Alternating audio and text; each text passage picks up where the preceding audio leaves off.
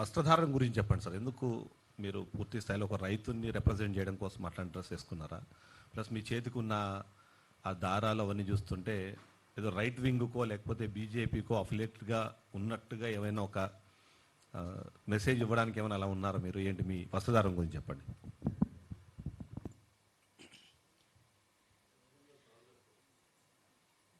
నా dress code అనేది ప్రత్యేకంగా డిజైన్ చేసిందో లేదంటే ఇలా కావాలనే ఆలోచనతో చేసిందైతే మాత్రం కాదన్నా.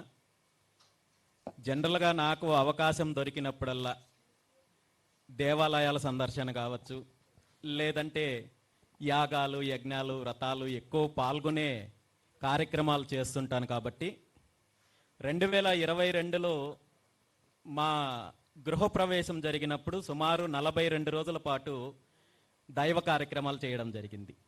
ఆ 42 రోజుల పాటు ఈ విధంగా పంచెలో ఉండడం వల్ల అది నాకు కొంచెం కంఫర్ట్ అనిపించి ఆ తర్వాత దాన్ని కొనసాగించడం తప్ప దీంట్లో ప్రత్యేకంగా ప్లానింగ్ అంటూ ఏమీ లేదు. రెండో విషయము, మీరన్నట్టు చేతికి ఉన్న కంకణాల గురించి మాట్లాడారు. ఇది మీకు కూడా తెలుసు, హిందుత్వానికి సంబంధించి దేవాలయాల్లోనో లేదా మరొక వ్రతానికి సంబంధించి ఇంకొకటో కంకణాలు ధరిస్తారు.